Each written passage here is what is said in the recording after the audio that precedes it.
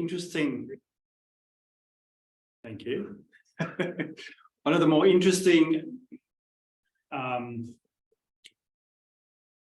discoveries I think I made in writing this thesis is a very small little sentence that Rudolf Steiner wrote. Anthroposophy is the esoteric anthropology. So anthropology, how do we understand human beings from either a social point of view or some point of view? But from an esoteric point of view, we would call that, or he called that, the anthroposophical understanding of the human being, which is quite an important context for this thesis. So the thesis, in the first 6 months, I had to attend courses to learn how to write a long document and how to use software and how to write a proposal. And in the second 6 months, I wrote a proposal, which then had to be approved. And then the last 4 years, I've been writing the thesis and getting it, giving courses and lectures on the way, presenting to the academy where I'm up to, and all that, getting questioned and all those sorts of things. And I suppose that's quite formative. It's quite formative to write a 6,000-word essay to say what you're going to write your 90,000-word essay on, and then go and have someone read them and then sit there with a panel and discuss it with you and tell you what they think you should or shouldn't be doing with it. And one of the interesting things a few interesting things came up in that discussion, which was I had originally thought I would compare Steiner's Christology with some Christian Christology. So either a Catholic systematic Christology or a Protestant like Pannenberg or somebody, and actually, do a parallel. And they said, why do you want to do that? That's volumes of work. Why don't you just tell us what Steiner said? No one knows in the theological world what Steiner said. In fact, we don't even know that Steiner spoke about Christ. All we know is he's a heretic. So is Steiner a Gnostic? We want to know. Is he a heretic? We want to know. Is he, where's his Christology coming from? All these sorts of questions were initially put to me as, wow, this is quite a big task to try to discover a way to bridge the language of anthroposophy in the esoteric Christology and in the esoteric understanding of the human being, so the anthropology side of it, with science, so the dogmas and the definitions of science as in geological timelines versus anthroposophical timelines, and then also with the theological jargon. And that's one of the big inner journeys, I think, that one was my wish to find a language, to find a grammar that the theological world and the anthroposophical world could start to understand each other's pictures.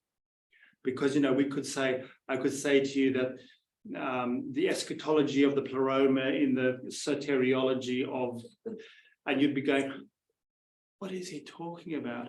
But then when I'm talking to the theologians, I sort of say, well, in Lemuria, when Ahriman, and they would just go blank. There's just this blank. And so you have these two worlds that actually are speaking about the same thing, but with a completely insider language. And I think that's one of my, the question that I posed to myself was, how can I present Steiner's Christology or his systematic theology? And there's already a problem. Was Steiner a theologian? You have to say, no, he wasn't a theologian. Was he a biblical scholar? What's the difference between a biblical scholar and a theologian? Yeah, we don't know. It's an insider club in many ways. So a biblical scholar is a person who looks at the Bible and goes into all the codices and finds that this codice and this, difference of this one and that one, and we start to analyze the Bible and find out what it really means. The theology is how you then create a philosophy out of that scholarship. So the doctrines. So what's the difference between a doctrine and a dogma? So a doctrine is actually a teaching that can change on hand of new evidence. In other words, it's quite scientific, it's full of inquiry, it's full of curiosity, and wants to actually develop new understandings of how we can live a Christian life out of interpreting the biblical scholarship. But Steiner did that, you see. Steiner was a very powerful biblical scholar, and he was also a theologian, except he couldn't put a degree behind it. So that was one of my first tasks, was how can I get the people who think Steiner was a Gnostic heretic to hear that he didn't even know about Christ. And if he did, one of the sort of people sort of said, Steiner's theosophical mystical musings. In other words, we don't even need to pay attention to that because it's just his own mysticism. It's just his own mystical ramblings. How do you bring that into an academy of people who want to hear about it? So I had to create, in the first part of the thesis, I had to create what we call lenses. In other words, ways which you can read Steiner's work. And so I created 3 lenses, or I asked myself 3 questions to answer these questions, like, is Steiner just a mystical muser? Or is he, is he a Gnostic? All these kinds of questions. Was he even a scholar? So I framed 3 lenses, which was Steiner a scholar? As the first lens, because if you're in the academy, you want to know that he's actually got some street cred amongst them. Was he theological? So there's certain things that I had to prove or define out of reading Steiner, why we could consider his work theological, and I'll go into that in a moment, because that was quite an interesting journey. And was he systematic? And we have to say, no, he wasn't. That's part of the problem. You try and sit down and read Steiner's Christological work somewhere in one book systematically, you're just not going to get it. You've got to read 30 volumes and then put it together yourself. And that's part of his method. That's part of his method, that you have to do this Gnostic journey of coming to your own realizations and refining your own experience by reading his imaginations that he could give us. That's part of his method. And that's what I had to define a little bit. So I took this journey, and in the scholarly sense, I created the lens of his early work. So up to 1900, predominantly with his epistemological work. So working with Goethe, working with his theory of knowledge, the philosophy of freedom, all his books where he was creating his PhD, and to show that he actually did have a schooling on being scholarly about his work. In one sense, that's probably the easiest part of the paper, because I did that through a narrative of his biography. Basically, he's telling his biography, a biographical lens, to be able to give that picture. But it's quite interesting to do that, as an inner path, because we kind of know Steiner's work. We know his biography, but to actually try and read it from this point of view, so to actually pull out points in his biography where his scholarly work about Christ was formed. And this is where it becomes quite interesting in the sort of writing of a thesis, or the developing of a thesis, because one of the early pictures that I was given at a conference that I was taking place, that I'm partaking in, was that writing a thesis of this length, or writing a doctorate, or working in the academy, is actually character building. So it's got a certain personal development, and part of that character building has a lot to do with critique and thinking. So the whole thrust of Steiner's work to develop a strong intellectual capacity of analysis and reason, to look at things and bring it apart, and then through reason build a whole picture, a new picture about that, is exactly what you have to do when you're writing an academic paper. You actually have to show that you are schooled in having read the field, that you actually know the field. And I had to do that for the first period of time. I actually had to do a lot of theological, philosophical reading. I didn't have to read so much of Steiner's works. That came latterly. But this first part, I had to really catch up to where theology was at to create these lenses. So for example, one of the things that comes up is to be able to say that Steiner was scholarly, we have to sort of deconstruct a little bit our propensity to think that Steiner was a perfect clairvoyant, he knew everything from the age of 3. And that, you know, but we need to contextualize that. We need to be able to say, no, he wasn't like that. Things came to him later in life than they did earlier in life. So one of the criticisms or the critiques of the anthroposophical world is we don't give enough credence to, or we don't give enough detail to the esoteric and theosophical work that was happening in Germany during his life. So we say, you know, he did Goethe, and then he wrote the Philosophy of Freedom, and then he went to the Theosophical Society. In 1912, he started his work as an anthroposophist.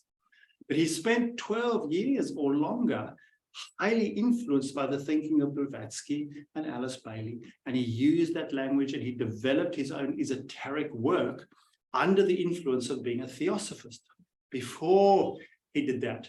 And so there's a man in Europe, actually there's a few people in Europe, a Catholic, I think he's a Jesuit, called Helmut Zander, Z-A-N-D-E-R. And he wrote this massive piece of work about the esoteric development in Germany, including anthroposophy and theosophy. And his intention with that was to contextualize Steiner amongst his peers, which is what people in the academy want to know. Who influenced Steiner? Was he critical of those people or not? And you come up with Steiner, I have come up with in Steiner a situation where I found it a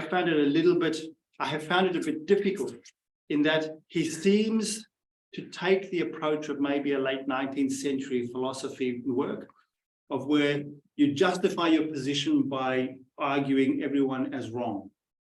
And if you read Steiner's work, he often goes, that and that is wrong and this is right. And we can get into in the anthroposophical world, we can get into that position where we think our or Steiner's interpretation of things is correct, because if you say read, you know, some of his works, you see, well, that person's thinking is incorrect. This person is insufficient, which is true. And I had to reframe my own work in saying, possibly that's part of Steiner's method. So rather than seeing it as he's just justifying himself philosophically, he's actually using analytic philosophy. That becomes quite a key to his Christology.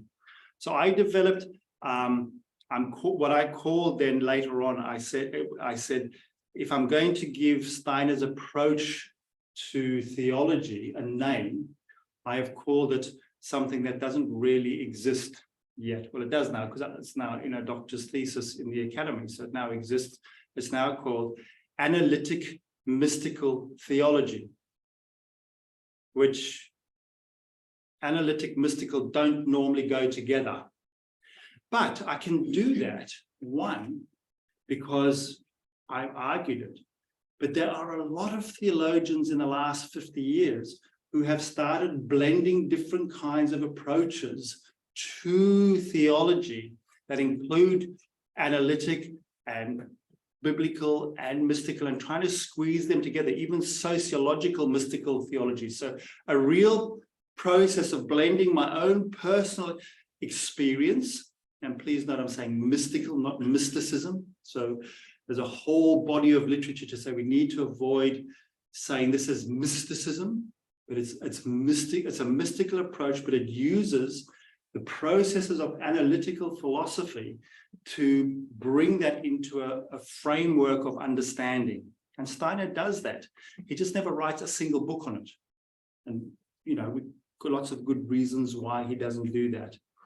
So when I then looked at, is Steiner theological? I then had to go and say, well, who is theological? Who is a theologian? And again, you come up with 25 different kinds of theological processes. So what is the key to being able to say to someone, saying this such and such a person is a theologian? And I've took two approaches with that. One is out of the work that's known as liturgical theology or experience theology, which goes down the process of saying theologica prima, the first theological process, is a spiritual experience. And then everybody who's trying to find an explanation to that experience is a theologian. In other words, you've had your God experience either in a ritual or in an experience with another person that at first you haven't got a framework for. And the process of finding a framework for it is the theological process, because you're trying to create a doctrine or a philosophy for yourself. In that sense, Steiner's theology allows what is known as a something that we need to see is one of the reasons why people are very, or the academy are very uncomfortable with his theology, because they're very orthodox. So orthodox means the right way. And it's controlled by a group of people. And you are in that group because you follow the right interpretation of that. So that's an orthodox group of people. Steiner's theology and philosophy and spiritual work is far more polydox and heterodox. Now, here we come to the problems. Please explain those words to me without using big words. So, polydox is a form of pluralistic philosophy. In other words, it emphasizes the theology of multiplicity. In other words, there are multiple forms of right belief. Hello, anthroposophy. Yeah. Does anthroposophy have one way of seeing things? Have we become orthodox in our anthroposophy? Do we have the right way of doing things and seeing things and explaining things? And, you know, anything that's not in that framework, have we become too orthodox anthroposophists? Or are we still heterodox enough and polydox enough? So heterodox is, not orthodox, if you want to put it in simple language. It's not orthodox if it's heterodox. In other words, there are many standards and beliefs. Yeah, we don't conform to one set of beliefs or standards if we are heterodox. And Steiner's theology is very polydox and very heterodox, which makes the people in the academy nervous. Yeah, because the academy tends to want to preserve its understanding of how to do things. So we need to push that barrow and bring in language where that's made comfortable. But as I said, it's easier to do that because there are a lot of people, and this is really an eye-opener for me, and it might be an eye-opener or something at least of a challenge for the anthroposophical world. Because when Steiner spoke in his academy course and spoke about theology, he more or less said there's no hope for theology. Because at the time, there was this real push for literal historical criticism to be the way to interpret the Bible. And he said, if you just keep going down this literal interpretation of the Bible, you will lose this other process of coming to understand more and more fully the doctrine from an esoteric point of view. And he really pushed that. And he got pushback. The Catholic Church in 1919, so right after the Second World War, closed him down. That was part of his whole thing, that the Bishops' Council in Germany forbade anyone in the Catholic Church to read any theosophical literature as well as anthroposophical literature. It became literally a heresy to do so. And if you did so, you could have been kicked out of the orthodoxy. Yeah, so, and Helmut Zander has tried to reform that. Helmut Zander, as a Catholic, said that's actually not a good position for us to have towards the esoteric metaphysical theology of Germany. So in Germany, Steiner is by no means the only metaphysical theologian. I remember studying in my master's degree certain German theologians, and the people in my class would say, this stuff, makes no sense. And I said, it makes perfect sense. This metaphysical theology, and this is just mainstream, Moltmann, just mainstream German, because in Germany, they've got a metaphysical theology. And Sander is trying to say, let's place Steiner under critique of how he fits in with all the other people of influence in his time. And in doing so, he's received a bit of a backlash from the anthroposophists. Yeah, they're saying, there's a whole thick book called Sander's Fairy Tales. Big, thick book disproving everything that Helmut Sander says about Rudolf Steiner. And the critique of that critique is maybe the anthroposophists shouldn't be so wanting Steiner to be perfect and right from birth and being this perfect initiate his whole life long. Maybe we need to have a bit of a critique about Steiner's intellectual, scholarly, and academic growth through his life under the influence of people like Husserl. So Husserl is a person who was very much the founder of the German phenomenology school. And he was at university with Steiner in Vienna. And at one point, Steiner said, I can't see anything good coming from Husserl. That's his only comment on Husserl. But everything good that came from Husserl came after Steiner died. So Steiner died in 1925 and Husserl died 30 years later. And in those last 30 years, his thought process on phenomenology exploded and has become very influential in the world of phenomenology, which is really important to understand for understanding Steiner's theological work. So to create a lens for Steiner's theological work, I had to go and research for myself. So what makes a person a theologian? You need two things. You need a hermeneutical key, and you need a theological model. So a hermeneutical key basically means the key through which you read everything. So Steiner had a key, a hermeneutic, it means the interpretation key. He had and this is what I had to do, to be able to claim Steiner as a theologian, I had to categorize his work into these frameworks so that people who don't know him would go, oh, Steiner did have a hermeneutical key. Oh my goodness, he did have a theological model. He just never developed it like Husserl or Gadamer or these different people did. He didn't write, he wrote his early epistemology work, but he didn't write a theological model for himself. So in doing that work, I developed or stated, I think this is Steiner's hermeneutical key, and this is his theological model. And it's nothing new. It's nothing outrageously new. Steiner's hermeneutical key is not I, but Christ in me. Or you read his works and you see how often Steiner is interpreting what he reads biblically and developing his theology or his spiritual paths is about how the Christ I am works in my I am. That's his key. And it's one of his keys. I'm not saying it's his only key, but it's a key to his theological, to be able to say, he's got a theological approach to how he reads the Bible and how he draws his esoteric doctrines out of that. Doctrines being not dogmas. Dogmas are teachings that we can't explain and cannot question.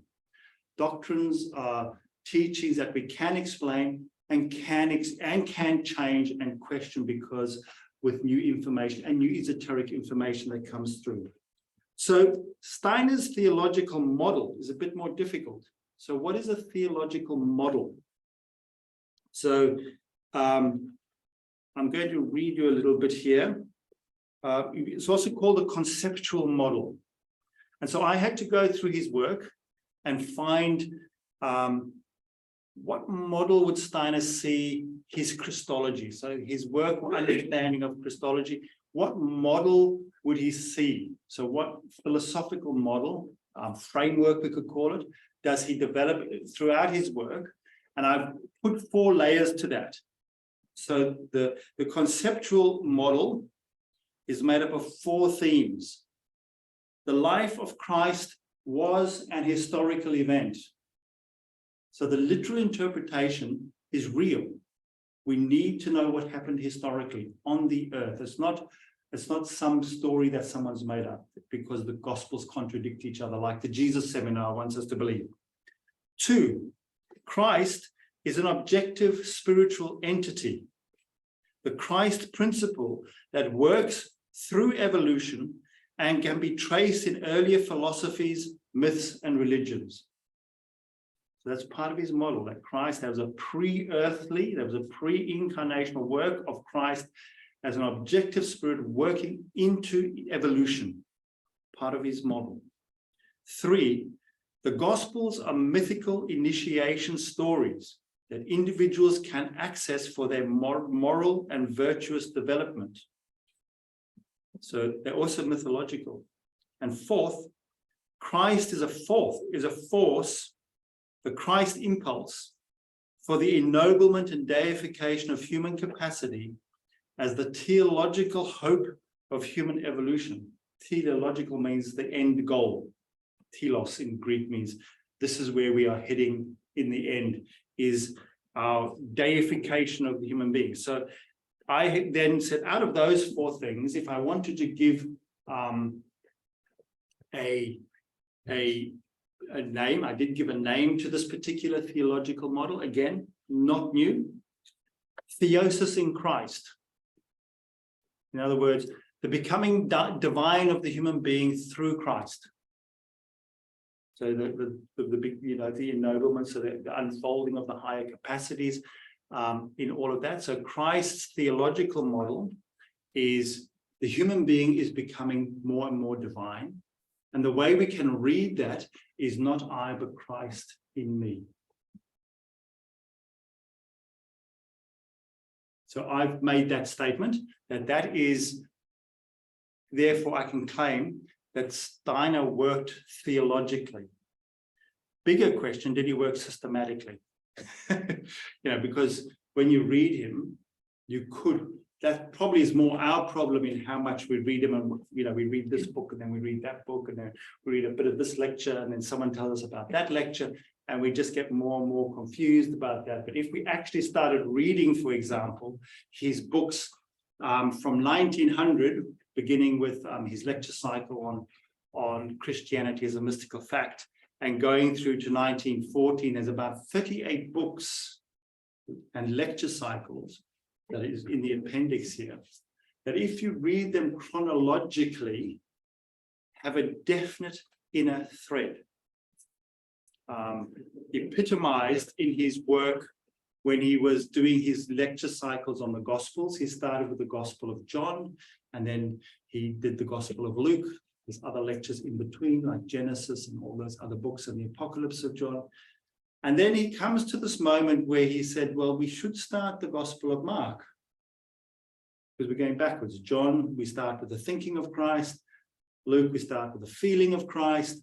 Mark, we would work with the will of Christ. And then in Matthew, we would work as Christ as the human being, the deified human being. That was his approach to understanding the Gospels. But he said, I can't go to Mark now, we've got to go to Matthew. You haven't done the work. To his audience, that you haven't kept up with me, so I have to change the whole thing around. So there was systematic work there that he was working with. He was systematic. And his system was, if you really look at it, he, again, not rocket science, and this is why it's really important, because these are categories that, theologians actually know. They might not have done a lot of work on them, and they might have not got very far on them. But there's 3 places that Steiner develops his Christology, which is the pre-earthly works of Christ, where he gives a lot of information. And biblically, that's quite normal. In the beginning was the Word. Well, let's unpack that. And Steiner does through a lot, and fills in a lot of gaps on the pre-earthly work. So in the second half, one of the chapters is about understanding the pre-earthly deeds of Christ. The second one is obvious, the incarnation of Christ into Jesus. And here we have a problem, because Steiner's understanding of the 2 beings being separate, that, the fully human and the fully divine are 2 beings, is a heresy. It's called Nestorianism. So Nestorius said that Jesus was a fully human being born of Mary, and Christ came down at the baptism and was incarnated through the baptism. That was a heresy. That is a heresy still. And so I had to knock at that door and say, can we please talk about the heresies again? And you know what? We can. Why? Because within the Theological Academy, there is a lot of work starting with the discovery of the Nag Hammadi and the Qumran texts. So people like Elaine Pagels, who've written huge books, the Höller, who is part of the Gnostic theologians' work, but there's a lot of work in the theological world that is starting to question whether we should read these texts for ourselves and understand them for ourselves, rather than read the people who locked the texts away and then told us what was in them. So that's part of the problem of the heresy, was that these early church, a lot of the, like Origen, Nestorius, there's a few of them who are quite central to understanding, whose teachings are so close to Steiner's understanding of how the Christ works in the evolution, that I had to go down and really discover this. And this is part of that inner journey, is you start to realize I really have to read into the field to see where it's moving and become comfortable with that. So one of the shifts in the field about Gnostics is, and it hasn't gained a lot of traction yet, but because a few people talk about it, I can talk about it. It doesn't have to be the main thrust, but if there's enough people who've written about it, and this particular woman, I think her name is McGill, Sarah McGill, she says, let's not talk about heresy anymore. Let's talk about inner challenges to the church. Let's just drop the word heresy and say, what inner challenge did Nestorius give to the church? And all these different things. So there's a lot of those kinds of things that I needed to unpack about the incarnation as part of the systematic, his systematic work.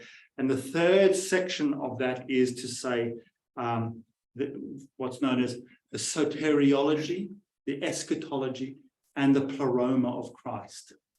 English, please. It means, soteriology means the teaching about salvation.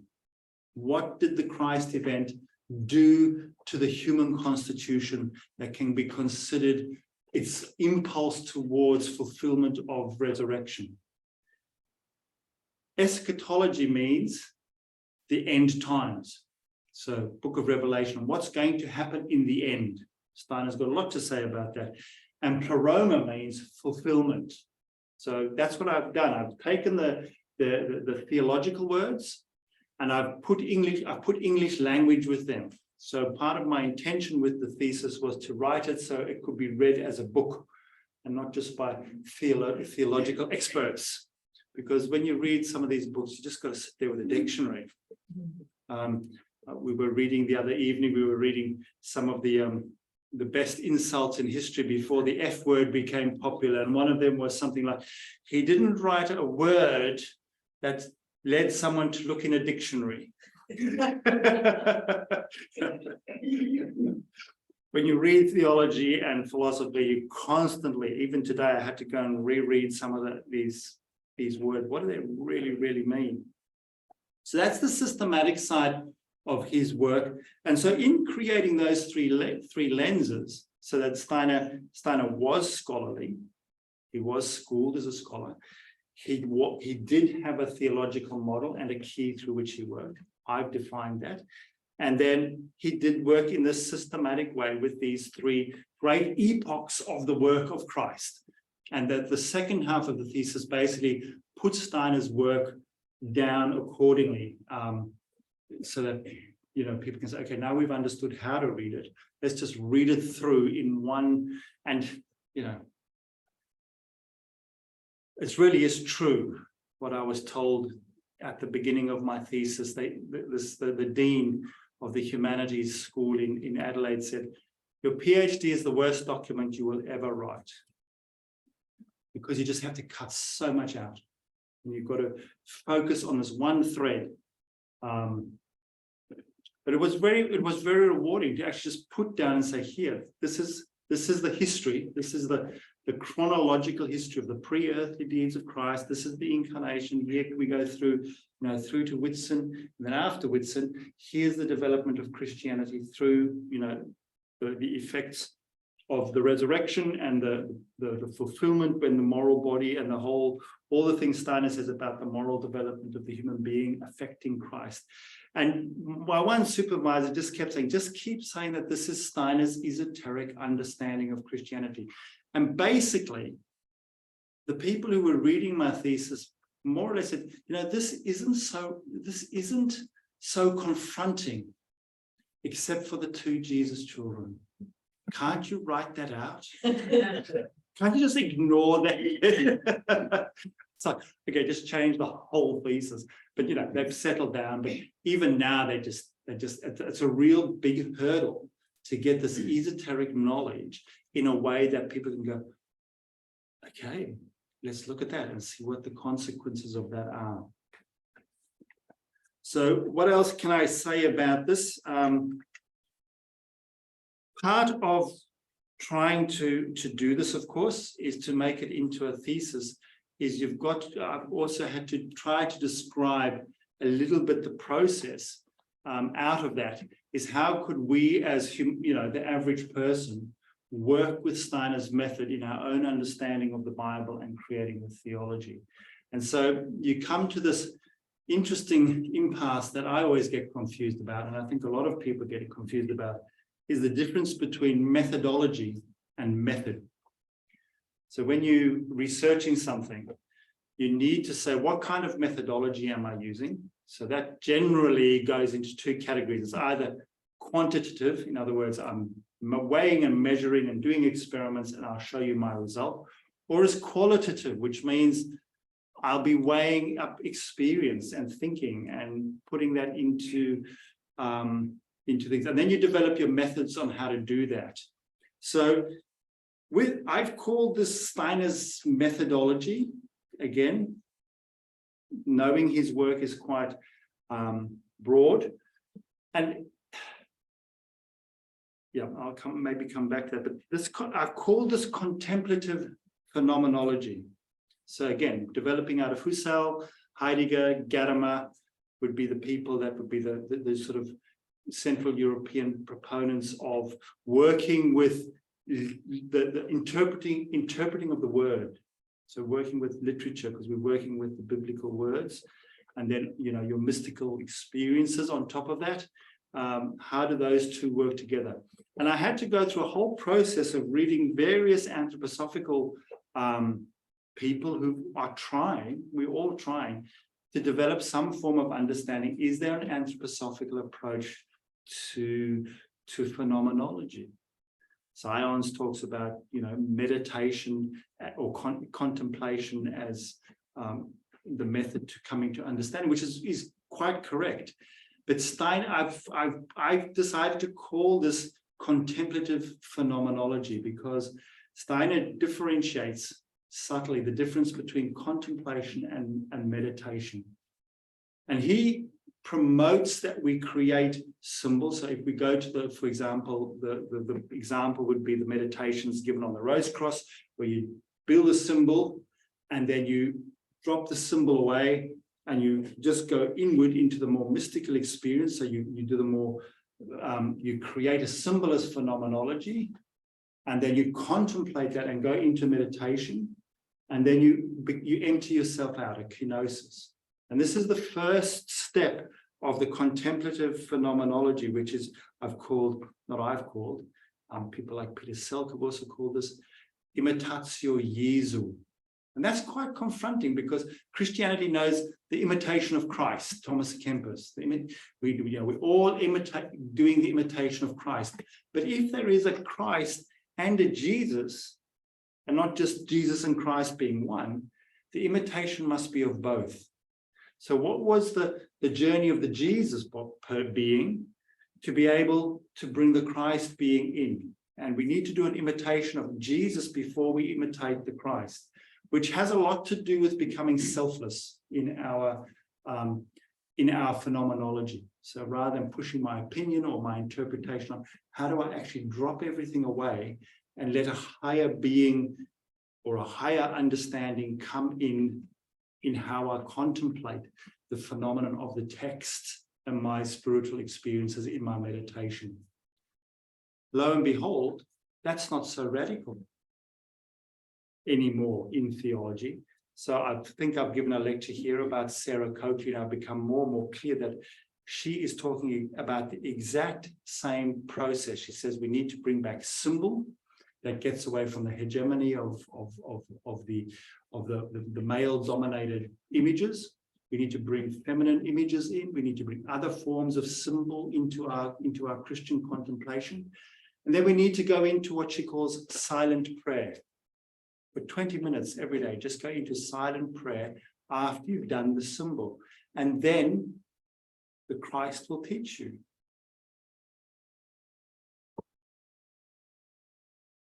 No more needs to be, I mean, other people in the world are actually coming up with a more analytical, systematic theology. An analytical mystical theology where the inner contemplation, not the mysticism where I just, whatever I feel is coming up within me, I make into my truth.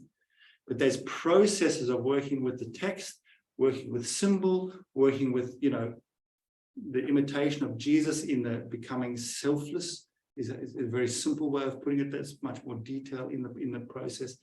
But this becoming selfless of that. And then developing what Sarah Coakley also works with and Steiner works with very clearly, the developing of spiritual perception. And I, through this, have taken a bit of a bold step because certainly when I was trained and did my studies in Germany and have worked with it over the years, and you work with knowledge of the higher worlds, and you talk about, we've got our physical senses, and then we get spiritual perception. But in reading things a bit more slowly and a bit more in detail, I've come to see that Steiner actually talked about 3 sensoriums. So there's the first is the physical senses, the 12 senses, the 4 senses of hearing, word, language, thinking, ego, move beyond the physical phenomenon. They already move into another realm. But the next layer of senses that works is to develop our astral senses, soul senses, where we start to actually perceive in the astral world. And of course, then we can move from there into the spiritual senses, which we know as imagination, inspiration, intuition. And they develop, so for example, the physical eyes would develop the 2-petaled lotus flower, and within that would then develop the capacity of imagination. It's a subtle differentiation. And I'm going to try and build that more and more fully as, this is work that now comes from the PhDs. Is that really so? Even though it's been approved. The more I read about it, the more I think about it. And this is a contribution that Steiner can make to the doctrine of the spiritual senses in the Western tradition. That he's got some really refined detail. So in reading what's happening in the theological world, in a theological research, in systematic theology and the models and the keys, and how people are really trying to break open from this purely historical critical examination of the texts to a much more informed personal reflection and mystical experience where, for example, Sarah Coakley is redefining the Trinity in terms of her social experience. So experiencing the Trinity in the world. Really radical stuff. She's an Anglican priest. She's in the Anglican Church. And so there's some really radical thinking going on in the world that takes both the mystical and the analytic together to bring about a process of defining new understandings out of Christian work. And the third step then, of course, well, not of course, but of contemplative phenomenology are these exactly what I've just been describing now, which are the methods of doing this, of the working with symbols and art and language, dialogue, questioning is the third part of this contemplative phenomenology. So moving from a personal inner development of the imitation Jesu, ensuring that slowly but surely through my work, the Christ can build the spiritual senses, and then going consequently using this process of the symbol of what Steiner basically teaches to do with, if you want to read a very good lecture on it, it's his What is Mysticism lecture in the Metamorphosis of the Soul, where he describes this process. There's books on this process of working with building the symbol, letting it go, letting the feelings speak, letting them go, and then eventually kenosis, and then allowing that higher essence. It's also it's the opening process of knowledge of the higher worlds, where he talks about eventually we have to allow that higher essence within ourselves come in and not only speak to us, but begin to help form the other senses within that. So that's all something that you have to try and test in your thinking. You've got to try it out while you're writing. So a lot of the work isn't the writing of a thesis, it's the proving it within yourself that this actually sits well anthroposophically, this sits well scientifically. So for example, when you're talking about Christ bringing about the selflessness of the upright human being in Lemuria, yeah, the question is, why does he use the word Lemuria? Why doesn't he use the Proterozoic era? Or the Ice Age. It'd be, if we look at ancient India, the post-Atlantean epoch, or that we're in, the scientists would call the end of the Ice Age. True, it corresponds. Even the further back you go, the harder it is to correspond. But there are books, thank goodness, in anthroposophy that have actually tried to write these two systems together, and to bring these languages together has been part of my endeavor. So the sort of scientific jargon, the anthroposophical jargon, and then the theological jargon into a grammar and a language together, so that we can all just start to hear each other speaking about the same things from maybe a more exoteric or maybe a more esoteric point of view, and to see if that can bring something. So where do I go with that? Nearly done my hour. I'll just, by the end of the thesis, I've got to write a conclusion, at which point you don't feel like writing anything again.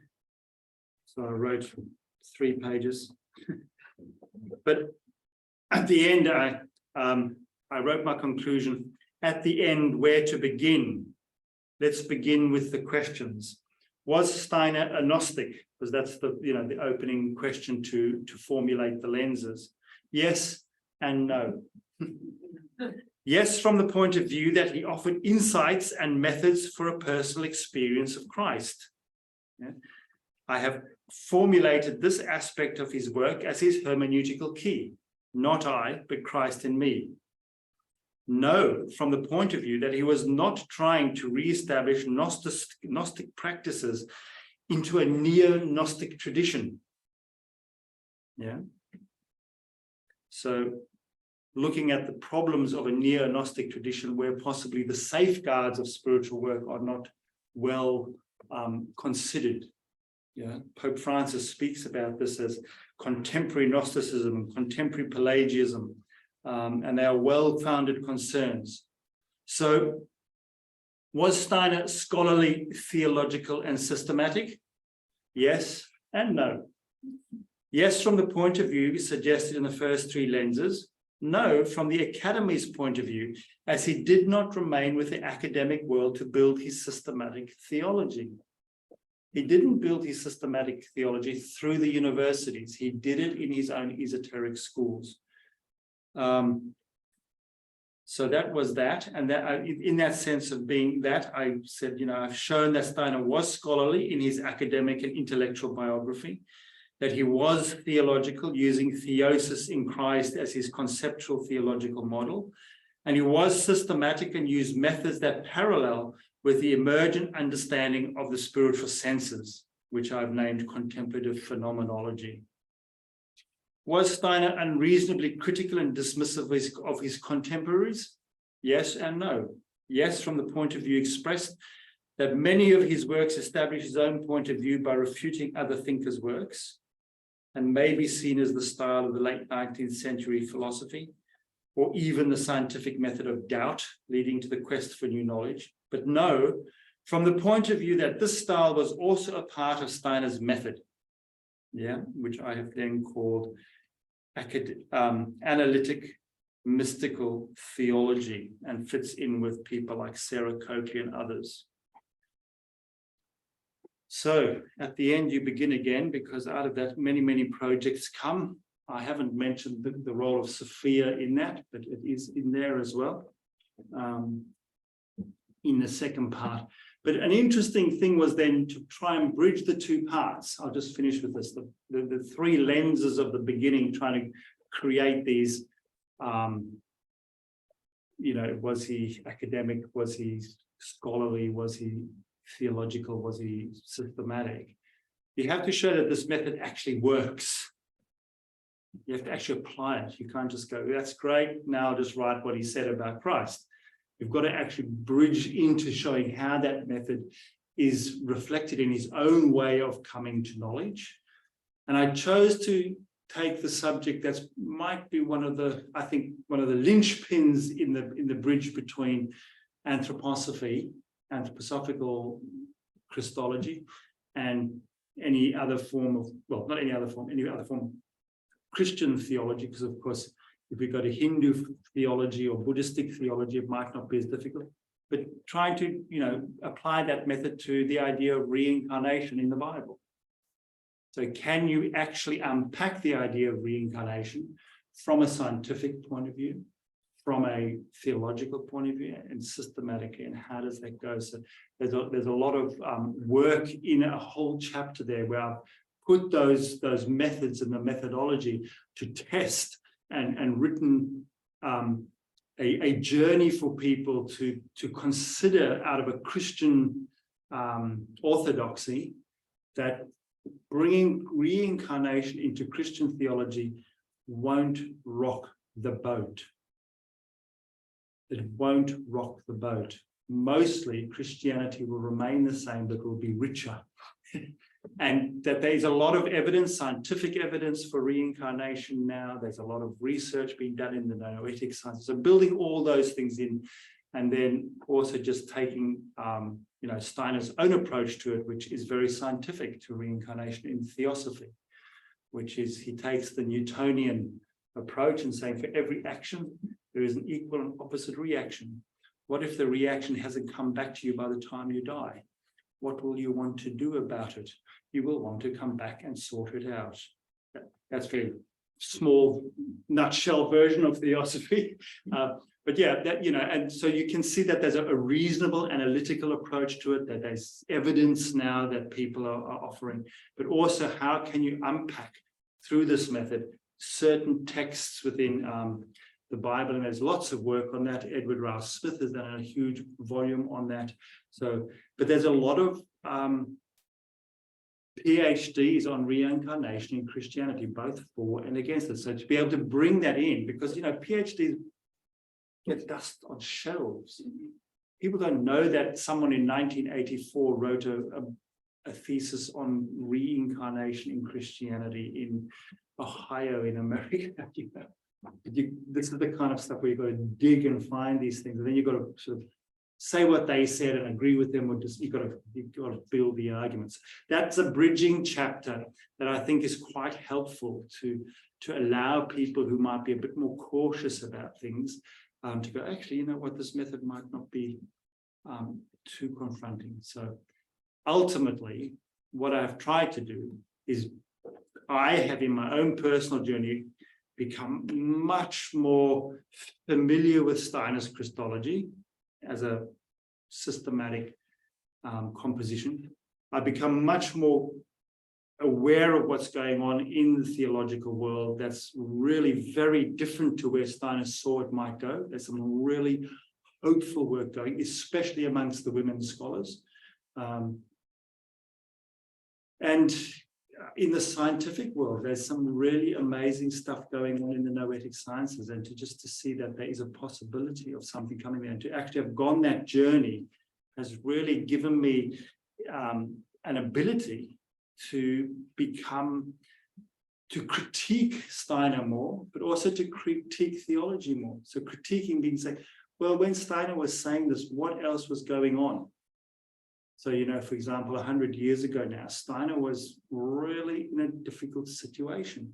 1919, 1920, before 1922, before the Goetheanum burnt down, he was, when he lectured in London, he was lecturing very differently the week before the Goetheanum burnt down, because he was very nervous in Switzerland, whereas in London he was far more relaxed. And all these themes he took up before the burning of the Goetheanum, he didn't take up again, some of them after the burning. And when, so there's all these different things that you can start to just go, let me just put that into relationship with other things that are going on, like the Nazis and the Catholic Church and all that sort of stuff.